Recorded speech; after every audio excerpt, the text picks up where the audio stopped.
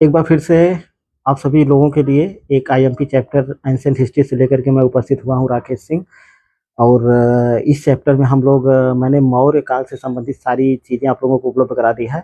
और मौर्य वंश के ठीक बाद प्राचीन भारत के इतिहास में एक आईएमपी साम्राज्य आता है, वंश आता है, जिससे एग्जाम में काफ़ी क्वेश्चन पूछे जाते हैं, और वह है शुंग वंश। आज के चैप्टर में हम लोग शुंग वंश से संबंधित सभी फैक्ट क्लियर करेंगे। इस पे मैं 2 वीडियो उपलब्ध कराऊंगा। आज वाले वीडियो में हम लोग शुंग वंश से संबंधित उसकी उत्पत्ति और उससे संबंधित पुरातात्विक साक्ष्य और साहित्यिक साक्ष्य का उल्लेख करेंगे, और शुंग वंश के प्रथम शासक से संबंधित उपलब्धियों की जानकारी प्राप्त करेंगे। विश्वास मानिए, इस वीडियो को देखने के बाद आपको किसी और नोट्स की जरूरत नहीं पड़ेगी। तो सबसे पहला फैक्ट जो हमारा आएगा वो शुंग वंश से संबंधित है। ये कब से कब तक चला था, तो ये हमारा ऑप्शन जाएगा 185 से 75 ईसा पूर्व तक ये वंश भारतीय इतिहास में अपनी एक अच्छी उपस्थिति दर्ज करवाता है। पहला फैक्ट है, मौर्यों के पश्चात शुंग वंश का शासन स्थापित हुआ था। ये क्वेश्चन टीजीटी पीजीटी में पूछा गया है कि मौर्य के बाद, मौर्य राजवंश के बाद किस वंश का शासन स्थापित हुआ था, तो हमारा ऑप्शन जाएगा शुंग वंश का शासन स्थापित हुआ था। दूसरा फैक्ट जो होगा आईएमपी, पुराण पुराण में मत्स्य पुराण, वायु पुराण, ब्राह्मण पुराण, ये 4 पुराण ऐसे हैं जिनसे हमें शुंग वंश से संबंधित जानकारी प्राप्त होती है। तो यहाँ से क्वेश्चन आते रहते हैं कि कौन कौन से पुराण हैं जिनसे हमें शुंग वंश से संबंधित जानकारी मिलती है। तो हमारे ऑप्शन में जो रहेगा वैसे हम टिक करेंगे। इसमें मत्स्य, वायु और ब्रह्मांड पुराण की बात आएगी। और पुराणों की अगर बात किया जाए तो पुराणों के अनुसार शुंगों ने कितने वर्षों तक शासन किया था, तो हमारा ऑप्शन जाएगा 36 वर्षों तक। अगला फैक्ट है, बाणभट्ट की एक रचना है जो हर्षवर्धन के दरबार में रहते थे, तो इनकी एक रचना हर्षचरित है। कई बार एग्जाम में पूछा गया है। तो हर्षचरित से पता चलता है कि पुष्यमित्र ने अंतिम मौर्य नरेश बृहदत्त की हत्या करके, ये वाला क्वेश्चन भी बहुत ही आईएमपी है। कई बार एग्जाम में पूछा गया है कि अंतिम मौर्य शासक कौन था, तो हमारा ऑप्शन जाएगा बृहदत्त था, या कहीं कहीं बृहद्रथ भी मिलता है। तो इससे आपको परेशान होने की जरूरत नहीं है। की हत्या करके सिंहासन पर अधिकार कर लिया था। पुष्यमित्र सिंह ने किसकी हत्या करके सिंहासन पर अधिकार किया था, तो हमारा ऑप्शन जाएगा बृहद्रथ की हत्या करके। अगला फैक्ट, हर्षचरित में ही, बाणभट्ट के हर्षचरित में ही पुष्यमित्र को क्या कहा गया, अनार्य कहा गया है और निम्न कुल का बताया गया है। तो ये भी क्वेश्चन पूछा गया है कि किस ग्रंथ में हर्षचरित को अनार्य कहा गया है या निम्न कुल का कहा गया है, तो हमारा ऑप्शन होगा हर्षचरित में। ठीक है। पतंजलि की एक रचना है, इन्होंने व्याकरण संबंधित ग्रंथ लिखे थे, ये महाभाष्य। तो पतंजलि का महाभाष्य जो है, ये पतंजलि पुष्यमित्र के राजपुरोहित थे। ये भी क्वेश्चन पूछा जाता है कि पतंजलि किसके राज दरबार में रहते थे, तो हमारा ऑप्शन जाएगा पुष्यमित्र के, या किसके पुरोहित थे, तो हमारा ऑप्शन जाएगा पुष्यमित्र शुंग के। इनकी रचना क्या है, तो हमारा ऑप्शन जाएगा महाभाष्य। तो महाभाष्य में यवन आक्रमण का उल्लेख हुआ है। तो यवनों के आक्रमण का उल्लेख किसमें हुआ है, तो पतंजलि कृत महाभाष्य में हुआ है। और महाभाष्य से हमें पता चलता है कि पुष्यमित्र शुंग ने क्या किया था, अश्वमेध यज्ञ किया था। अगला फैक्ट देखा जाए, कात्यायन है, इनकी एक प्रसिद्ध कृति है गार्गी संहिता। ये ज्योतिष शास्त्र से संबंधित ग्रंथ है। तो गार्गी संहिता किसकी रचना है, तो हमारा ऑप्शन होगा कात्यायन की। किससे संबंधित है, तो ज्योतिष से संबंधित है। ठीक है, यहाँ लिखा भी हुआ है, ज्योतिष ग्रंथ है। इस ज्योतिष ग्रंथ है, इसका एक मतलब भाग है युग पुराण।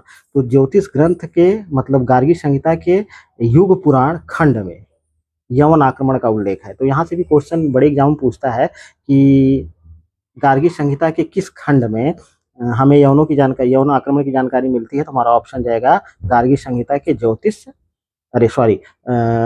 युग पुराण खंड में। ठीक है। कालिदास बहुत ही फेमस है, गुप्त काल के हैं। कालिदास का एक नाटक है जिसका नाम है मालविकाग्नि मित्रम। ये भी क्वेश्चन पूछा जाता है कि कालिदास के मालविकाग्नि मित्रम क्या है, तो हमारा ऑप्शन जाएगा नाटक है। किसकी कृति है, तो कालिदास की कृति है।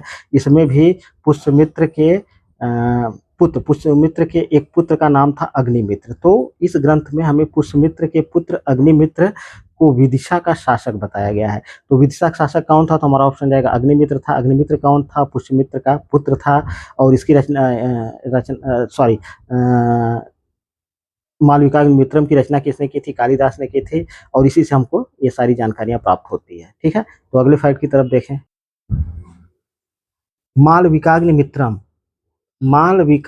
मित्रम में यवन आक्रमण का उल्लेख है। इसमें भी यवन आक्रमण की जानकारी मिलती है। कालिदास के नाटक मालविकाग्नि मित्रम से भी हमें यवन आक्रमण की जानकारी प्राप्त होती है। और इसमें क्या उल्लेख हुआ है कि अग्निमित्र के पुत्र, अग्निमित्र का एक पुत्र था जिसका नाम था वसुमित्र। वसुमित्र ने यवनों को सिंध नदी के दाहिने किनारे पर पराजित किया था। ये सारे फैक्ट आईएमपी है। किसने किसको किस नदी के तट पे और दाहिने या बाएं किनारे पे पराजित किया था, तो ये सारे फैक्ट यहाँ से आपके क्लियर हो जाएंगे। ये यहाँ से यहाँ तक, ठीक है, सभी आईएमपी है। मालविकाग्निमित्रम में अग्निमित्र द्वारा विदर्भ को जीतने का भी उल्लेख हुआ है। विदर्भ को किसने जीता था? अग्निमित्र ने जीता था। और इसकी जानकारी हमको कहाँ से प्राप्त होती है? तो हमारा ऑप्शन होगा मालविकाग्निमित्रम से प्राप्त होती है। एक जैन लेखक है मेरुतुंग, इनकी एक रचना है थेरावली। थेरावली किसकी रचना है? तो हमारा ऑप्शन जाएगा मेरुतुंग की रचना है। और किससे संबंधित है? तो हमारा ऑप्शन जाएगा जैनों से संबंधित ग्रंथ है। इसमें भी पुष्यमित्र का उल्लेख किया गया है। एक और है हरिवंश नामक ग्रंथ में पुष्यमित्र को औदभिज कहा गया है। तो औदभिज किसको कहा गया है? तो हमारा ऑप्शन जाएगा पुष्यमित्र को कहा गया है। और किस ग्रंथ में कहा गया है? तो हमारा ऑप्शन होगा हरिवंश नामक ग्रंथ में कहा गया है। और औदभिज का मतलब क्या होता है? अचानक उठने वाला। और इसी ग्रंथ में यानी हरिवंश में ही पुष्यमित्र को अश्वमेध यज्ञ करने वाला बताया गया है। यानी हरिवंश से भी हमको ये जानकारी प्राप्त होती है कि पुष्यमित्र शुंग ने अश्वमेध यज्ञ किया था। और इसी में इसको सेनानी कहा गया है और काश्यप गोत्री ब्राह्मण भी कहा गया है। तो हरिवंश नामक ग्रंथ में काश्यप गोत्री ब्राह्मण कहा गया है किसको? पुष्यमित्र शुंग को। दिव्यावदान एक रचना है बौद्ध धर्म से संबंधित। तो इसमें पुष्यमित्र को मौर्य वंश का अंतिम शासक बताया गया है। ठीक है, तो यहाँ से भी क्वेश्चन आते हैं कि मौर्य वंश का अंतिम शासक पुष्यमित्र शुंग को किसमें बताया गया? तो हमारा ऑप्शन जाएगा दिव्यावदान बताया गया है। और इसी में इसको पुष्यमित्र शुंग को बौद्ध धर्म का संहारक भी कहा गया है। इस ग्रंथ में दिव्यावदान में। लेकिन ये जो विवरण मिलता है इसको विद्वान प्रामाणिक नहीं मानते हैं। पुरातात्विक स्रोतों की बात किया जाए तो एक अयोध्या लेख है। ये अयोध्या लेख किसका है? तो पुष्यमित्र, इसमें क्या जानकारी मिलती है? तो पुष्यमित्र द्वारा कराए गए 2 अश्वमेध यज्ञ कराने की जानकारी मिलती है। तो पुष्यमित्र शुंग द्वारा 2 अश्वमेध यज्ञ कराने की जानकारी किसमें प्राप्त होती है? तो हमारा ऑप्शन जाएगा अयोध्या लेख में प्राप्त होती है। और यह जो अयोध्या लेख है ये किसका है? तो पुष्यमित्र का जो अयोध्या का राज्यपाल था जिसका नाम धनदेव था उसी का है। तो अयोध्या लेख धनदेव का है। ये भी बहुत ही वीआईपी फैक्ट है। और ये मतलब पुष्यमित्र शुंग का क्या था? अयोध्या का राज्यपाल था। ठीक है, एक और लेख है बेसनगर का लेख। ये भी बहुत वीआईपी कई बार एग्जाम में पूछा गया है। यह लेख शुंग वंश के 9वें शासक, यह लेख शुंग वंश के 9वें शासक, 9वां शासक कौन है? भागभद्र। ठीक है, उसके दरबार में आए यूनानी राजदूत हेलियोडोरस का है। तो बेसनगर का लेख किसका है? तो हमारा ऑप्शन जाएगा हेलियोडोरस का है। और हेलियोडोरस क्या था? ये यूनानी राजदूत था। और किसके दरबार में आया था? तो भागभद्र के दरबार में आया था। और ये भागभद्र, ये भी क्वेश्चन पूछा गया है कि भागभद्र शुंग वंश का क्रम में कौन सा शासक था? तो 9वां शासक था। भरहुत स्तूप, ये शुंगकालीन है, कई बार एग्जाम में पूछा गया है, ये भी याद करके रखिएगा। तो भरहुत स्तूप की एक वेष्टनी है यानी वेदिका पर क्या खुदा हुआ मिलता है? नहीं सॉरी, भरहुत स्तूप की ये वेष्टनी, भरहुत स्तूप की एक वेदिका पर यह लेख खुदा हुआ है। तो ये भी क्वेश्चन पूछता है कि बेसनगर का लेख किस स्तूप पर खुदा हुआ है? तो हमारा ऑप्शन जाएगा भरहुत स्तूप की वेदिका पर। पाणिनि व्याकरणाचार्य थे। इन्होंने शुंग वंश को भारद्वाज गोत्रीय ब्राह्मण कहा है। तो भारद्वाज गोत्रीय ब्राह्मण किसने किसको कहा है? तो हमारा ऑप्शन जाएगा पाणिनि ने कहा गया है। मालविकाग्निमित्रम और हरिवंश पुराण में भी शुंगों को ब्राह्मण कहा गया है। तो हमें ये चीज ध्यान में रखनी है कि हरिवंश पुराण 1, मालविकाग्निमित्रम 2 और पाणिनि 3, इन तीनों ने शुंगों को भारद्वाज गोत्रीय ब्राह्मण बताया है। शुंग काल की मुद्राएं हमको कहाँ कहाँ से प्राप्त होती है? तो ये कौशाम्बी ऑप्शन देखिएगा, अहिच्छन्न भी देखिएगा, मथुरा भी देखिएगा और अयोध्या भी देखिएगा। ये भी क्वेश्चन पूछा गया है कि कहाँ से प्राप्त होते हैं मुद्राएं शुंगकालीन और कहाँ से नहीं प्राप्त होते हैं। अब शुंगों की उत्पत्ति संबंधित कुछ चीजें जो एग्जाम के दृष्टिकोण से आईएमपी उसको देखा जाए। शुंग वंश के राजाओं के नाम के अंत में मित्र शब्द जुड़ा देखकर एक इतिहासकार है जिनका नाम है महामहोपाध्याय पंडित हरप्रसाद शास्त्री। इन्होंने शुंगों को पारसिक बताया है। ठीक है, तो पारसिक किसने बताया? तो हमारा ऑप्शन जाएगा महामहोपाध्याय पंडित हरप्रसाद शास्त्री ने। क्यों? क्योंकि इनका कहना था कि ये लोग मित्र के यानी सूर्य के उपासक थे। वीआईएमपी फैक्ट है। हर्ष चरित्र में पुष्यमित्र को अनार्य कहा गया है। पीछे हम लोगों ने देख लिया है कि अनार्य किसको कहा गया है? पुष्यमित्र शुंग को। और किस ग्रंथ में? हर्ष चरित्र में। क्योंकि इसने अपने स्वामी भागभद्र की हत्या कर दी थी धोखे से, इसीलिए इसको अनार्य कहा गया है। पुराणों में पुराणों की अगर बात किया जाए तो पुष्यमित्र को शुंग कहा गया है। ठीक है, बीआईएमपी फैक्ट है। अगला फैक्ट देखा जाए, शुंग वंश को महर्षि पाणिनि ने भारद्वाज गोत्रीय ब्राह्मण बताया है। ये भी बीआईएमपी फैक्ट है, जिसको हम लोग पीछे देख चुके हैं। मालविकाग्निमित्रम जो है में पुष्यमित्र के पुत्र अग्निमित्र को वैम्बिक कुल का बताया गया है। वैम्बिक कुल का किस ग्रंथ में बताया गया? तो हमारा ऑप्शन जाएगा मालविकाग्निमित्रम में। और किसको? शुंगों को, खासकर अग्निमित्र को। ठीक है, वैम्बिक क्या थे? वैम्बिक जो थे काश्यप गोत्र के ब्राह्मण थे। ठीक है, और ये वैम्बिक काश्यप गोत्र के ब्राह्मण थे, ये कहाँ से सिद्ध होता है, किसमें कहा गया? तो हमारा ऑप्शन जाएगा बौधायन धर्मसूत्र में कहा गया है। बीआईएमपी फैक्ट है। अगला फैक्ट, हरिवंश पुराण में पुष्यमित्र को काश्यप गोत्री द्विज कहा गया है। तो काश्यप गोत्री द्विज किसमें कहा गया? तो हमारा ऑप्शन जाएगा हरिवंश पुराण में कहा गया। और किसको कहा गया? पुष्यमित्र को कहा गया है। एक आशुलायन धर्म सूत्र है, स्रोत सूत्र है, शुंगों का उल्लेख आचार्यों के रूप में करता है। यानी कि आशुलायन स्रोत सूत्र शुंगों को क्या बोलता है? तो हमारा ऑप्शन जाएगा आचार्य कहता है। ठीक है, एक उपनिषद है बृहदारण्यक उपनिषद, इसमें सौंगी पुत्र नामक एक आचार्य का उल्लेख हुआ है। तो सौंगी पुत्र नामक आचार्य का उल्लेख किसमें हुआ? तो हमारा ऑप्शन जाएगा बृहदारण्यक उपनिषद में हुआ है। अब पुष्यमित्र शुंग से संबंधित सभी फैक्ट आईएमपी देख लिया जाए। पुष्यमित्र शुंग अंतिम मौर्य शासक बृहदत्त का क्या था? तो हमारा ऑप्शन जाएगा सेनापति था। ठीक है, बीआईएमपी फैक्ट है। दिव्यावदान जो बौद्ध धर्म ग्रंथ है से पता चलता है कि पुष्यमित्र पुष्य धर्म का पुत्र था। तो पुष्यमित्र के पिता का नाम किस ग्रंथ में पुष्य धर्म मिलता है? तो हमारा ऑप्शन जाएगा दिव्यावदान में मिलता है। बीआईएमपी फैक्ट। और इसी से पता चलता है कि एक दिन सेना का निरीक्षण करते समय पुष्यमित्र ने वृहद्रथ की हत्या कर दी थी। तो सेना का निरीक्षण करते समय वृहद्रथ की हत्या का जिक्र किस ग्रंथ में हुआ? तो हमारा ऑप्शन जाएगा दिव्यावदान में। पुराणों तथा हर्षचरित्र में, पुराण तथा हर्षचरित्र दोनों में इस घटना का उल्लेख हुआ है। यानी कि जो जितने भी पुराण है और जो हर्षचरित्र है इस घटना का उल्लेख करते हैं। बीआईएमपी फैक्ट है। अगले फैक्ट की तरफ चला जाए। ये वाला फैक्ट, पुराण, हर्षचरित्र और मालविकाग्निमित्रम, ये जो तीनों ग्रंथ हैं, मालविकाग्निमित्रम, इन तीनों ग्रंथों में पुष्यमित्र के लिए सेनानी शब्द का प्रयोग हुआ है। तो किन ग्रंथों में पुष्यमित्र शुंग को सेनानी कहा गया है? तो पुराणों में कहा गया है, हर्षचरित्र में कहा गया है और मालविकाग्निमित्रम में कहा गया है। पुष्यमित्र ने अशोक के समय से ही उपेक्षित बौद्ध वैदिक धर्म को पुनः प्रतिष्ठित किया था। इसलिए शुंग काल को वैदिक प्रतिक्रिया या वैदिक पुनर्जागरण का काल कहा जाता है। तो वैदिक प्रतिक्रिया, वैदिक पुनर्जागरण का काल किसको कहा जाता है? तो हमारा ऑप्शन जाएगा शुंग काल को कहा जाता है।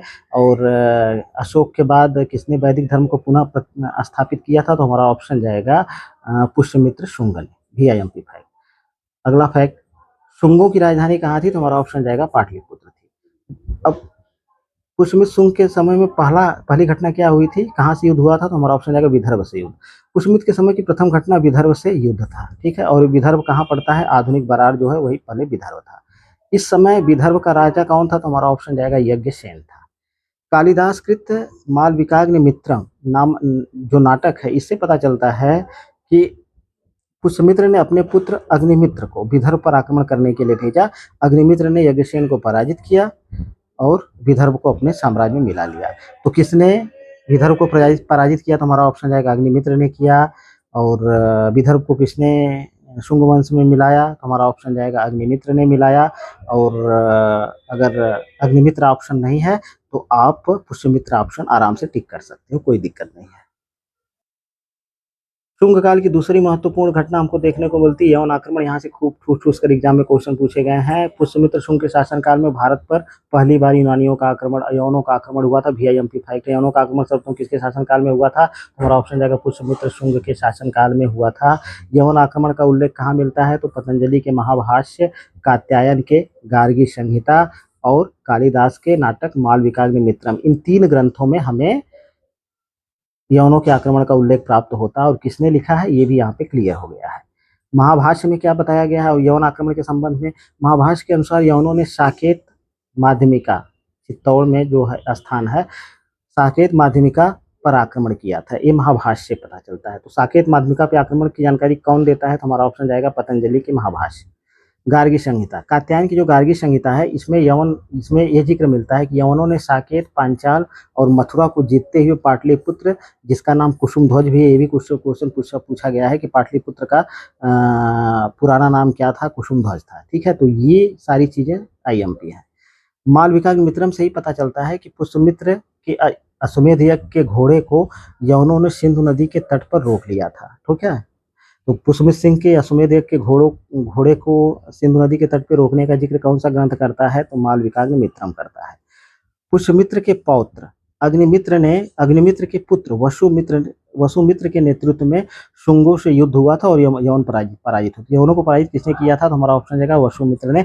यहाँ से इजी टू मॉडरेट क्वेश्चन पूछ सकता है कि पुष्यमित्र शुंग के निम्न संबंधी ने यवनों को पराजित किया था। तो पोता पोती बेटा कुछ भी पूछे तो ये पशुमित्र उसका पोता था, यानी अग्निमित्र का लड़का था। ठीक है, कुछ और आईएमपी फैक्ट इसको देख लिया जाए। पतंजलि के महाभाष्य के अनुसार पुष्यमित्र शुंग ने एक अश्वमेध यज्ञ किया था। तो एक अश्वमेध यज्ञ करने की जानकारी कौन देता है? तो महाभाष्य देता है, पतंजलि का। अयोध्या लेख क्या बोलता है? अयोध्या लेख के अनुसार पुष्यमित्र शुंग ने 2 अश्वमेध यज्ञ किए थे। तो 2 अश्वमेध यज्ञ किए जाने की जानकारी कौन देता है? तो हमारा ऑप्शन जाएगा अयोध्या लेख देता है। ये दोनों फैक्ट आईएमपी है। दिव्यावदान और तारानाथ के अनुसार, ये तिब्बती लेखक है तारानाथ, और दिव्यावदान बौद्ध धर्म ग्रंथ है, के अनुसार पुष्यमित्र ने अशोक के 84,000 स्तूपों को नष्ट करने की प्रतिज्ञा की थी। तो अशोक के 84,000 स्तूपों को किसने नष्ट किया था? तो हमारा ऑप्शन जाएगा पुष्यमित्र शुंग ने नष्ट किया था। किसने प्रतिज्ञा की थी? तो हमारा ऑप्शन जाएगा पुष्यमित्र शुंग ने की थी। और ये जानकारी हमको कहाँ से प्राप्त होती है? तो हमारा ऑप्शन जाएगा दिव्यावदान से प्राप्त होती है, और तारानाथ जानकारी देते हैं। ठीक है, ये सारे फैक्ट VIMP हैं सभी एग्जाम के दृष्टिकोण से। पुष्यमित्र ने शाकल यानी श्यालकोट में यह घोषणा की थी कि जो मुझे एक भिक्षु का सर देगा उसे मैं 100 दिनार दूंगा। तो पुष्यमित्र शुंग ने एक भिक्षु के सर में कितने दिनार देने की घोषणा की थी? तो हमारा ऑप्शन जाएगा 100 दिनार देने की घोषणा की थी। कहाँ पे ये घोषणा उसने की थी? तो हमारा ऑप्शन जाएगा शाकल या श्यालकोट में की थी। ठीक है, GR शर्मा बोलते हैं कि घोषिताराम नामक जो विहार था, जो कौशाम्बी में स्थित है, हम मौर्य काल में हम लोग देख चुके हैं, को जलाए जाने का जो चिन्ह प्राप्त होता है उससे पुष्यमित्र शुंग की धार्मिक असहिष्णुता प्रमाणित होती है या सबल प्रमाण देता है। ठीक है, तो घोषिताराम विहार को किसने नष्ट किया था? तो हमारा ऑप्शन जाएगा पुष्यमित्र शुंग ने। पुष्यमित्र के समय में ही भरहुत तथा साची के स्तूपों का पुनरुद्धार हुआ था। तो भरहुत तथा साची के स्तूपों का पुनरुद्धार किसके समय में हुआ था? तो हमारा ऑप्शन जाएगा पुष्यमित्र शुंग के समय में हुआ था। भरहुत स्तूप की वेदिका पर क्या सुंगन रच्चे शब्द लिखा हुआ मिलता है? तो सुंगन रच्चे शब्द किस वेदिका पर लिखा हुआ मिलता है? तो हमारा ऑप्शन जाएगा भरहुत स्तूप की वेदिका पर। विद्वानों का मत है कि पुष्यमित्र की शाकल घोषणा और देशद्रोहियों जो यवनों से मिल गए थे को दंडित करने के लिए की गई थी। तो ये कहा गया है, विद्वानों ने कहा कि पुष्यमित्र शुंग ने भिक्षुओं का सर लाने के लिए इसलिए कहा था क्योंकि वो यवनों से मिल गए थे। ठीक है, हाइवेल का कहना है, ये ब्रिटिश लेखक हैं, कि पुष्यमित्र शुंग ने बौद्धों का दमन इसलिए किया क्योंकि उनके संग राजनीतिक शक्ति के अड्डा बन गए थे, इसलिए नहीं कि वे ऐसे धर्म को मानते थे जिसमें वो विश्वास नहीं रखता था। एक कथन पूछा जाता है एग्जाम में कि किसका है और किसके बारे में है, तो हमारा ऑप्शन हाइवेल रहेगा और पुष्यमित्र शुंग के बारे में है। योग सूत्र की रचना किसने की थी? तो हमारा ऑप्शन जाएगा पतंजलि ने की थी। तो इस वाले वीडियो में हमने पुष्यमित्र शुंग से संबंधित सभी चीजें क्लियर कर ली है। अब हम लोग मिलते हैं नेक्स्ट वीडियो में, और उस वीडियो में हम लोग पुष्यमित्र के वंश से संबंधित जो IMP राजा हुए हैं और जो उपलब्धियां हैं उसको क्लियर करके शुंग काल के चैप्टर को समाप्त कर दिया जाएगा। आप लोगों से एक बार रिक्वेस्ट करता हूं कि ऐसे ही IMP वीडियोज़ मैं उपलब्ध आप लोगों को कराता रहूँगा। जो लोग चैनल पर नया विजिट कर रहे हो प्लीज़ चैनल को सब्सक्राइब कर लें।